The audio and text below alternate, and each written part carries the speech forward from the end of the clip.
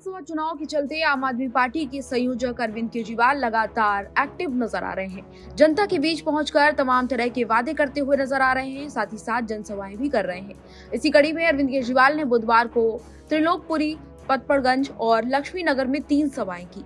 त्रिलोकपुरी की जनसभा में एक खास नजारा देखने को मिला, जिसकी अब हर ओर चर्चा हो रही है। दरअसल केजरीवाल जब जनसभा कर रहे थे तो इस दौरान उनके कान में अजान की आवाज सुनाई दी, जिसके बाद उन्होंने अपने भाषण को बीच में रोक दिया। उन्होंने अजान पूरी होने तक शांति बनाए रखी और इंतजार किया और उसके बाद फिर से अपने भाषण को शुरू किया, जिसको लेकर अब खूब चर्चाएं हो रही हैं। मैं आपसे पूछना चाहता हूं, हमारे जो पुजारी हैं, पंडित हैं, जो हमारे घर में त्योहार में, शादी में, ब्याह में, मौत में पूजा करने आते हैं, पूजा करवा के जाते हैं, मंदिर में आप जाते हो, आपकी पूजा कराते हैं, इनको हर महीने दक्षिणा मिलनी चाहिए, नहीं मिलनी चाहिए? मैंने कहा 18,000 रुपए दक्षिणा दूंगा हर महीने। बीजेपी वाले इतनी गालियां दे रहे हैं मेरे को, इतनी गालियां दे रहे हैं। मैंने कहा ये तो पुण्य का काम कर रहा हूं, क्यों गाली दे रहे हो मेरे को? मैंने कहा तुम्हारी केंद्र में सरकार है, तुम 36,000 दे दो, मैं 18,000 देता हूं, तुम 54,000 दे दो मेरे को।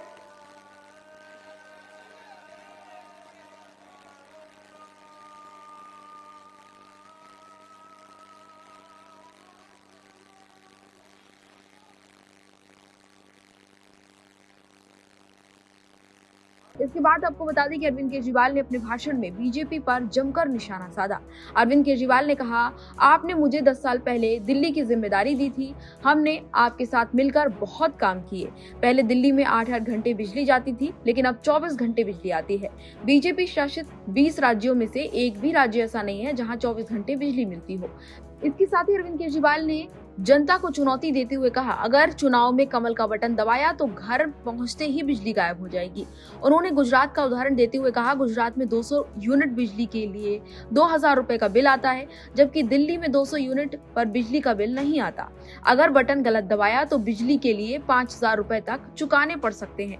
आप में से किस किस के बच्चे सरकारी स्कूल में पढ़ते हैं? सरकारी स्कूल अच्छे हो गए, नहीं हो गए? शानदार हो गए, नहीं हो गए? अच्छे हो गए ना माता जी? अभी बीजेपी ने कल ऐलान करा है, और सरकारी स्कूल में कोई फीस तो नहीं लगती, पैसे तो नहीं लगते, फ्री है ना। कल भारतीय जनता पार्टी के एक बड़े नेता अनुराग ठाकुर जी ने कल प्रेस कॉन्फ्रेंस करके 11 बजे ऐलान करा है कि अगर बीजेपी की सरकार बन गई तो दिल्ली में फ्री शिक्षा बंद कर दी जाएगी। आप चाहते हो फ्री शिक्षा बंद हो? आप चाहते हो सरकारी स्कूल बंद हो?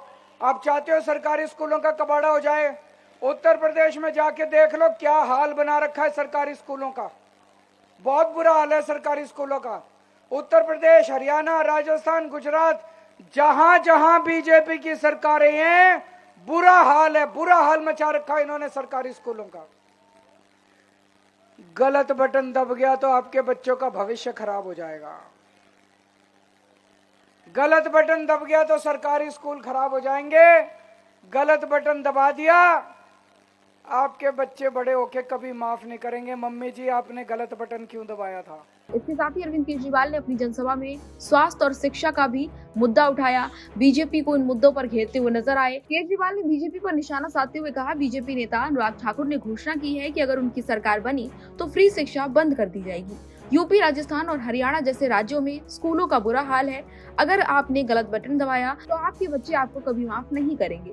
आपको बता दें कि अरविंद केजरीवाल ने जनता को संबोधित करते हुए अपील की कि वो सोच समझकर वोट करें। उन्होंने कहा कि आम आदमी पार्टी ने दिल्ली में बिजली, शिक्षा, स्वास्थ्य में बड़े काम किए हैं, काफी सुधार किए हैं और इन सुविधाओं को जारी रखने के लिए सही बटन दबाना जरूरी है।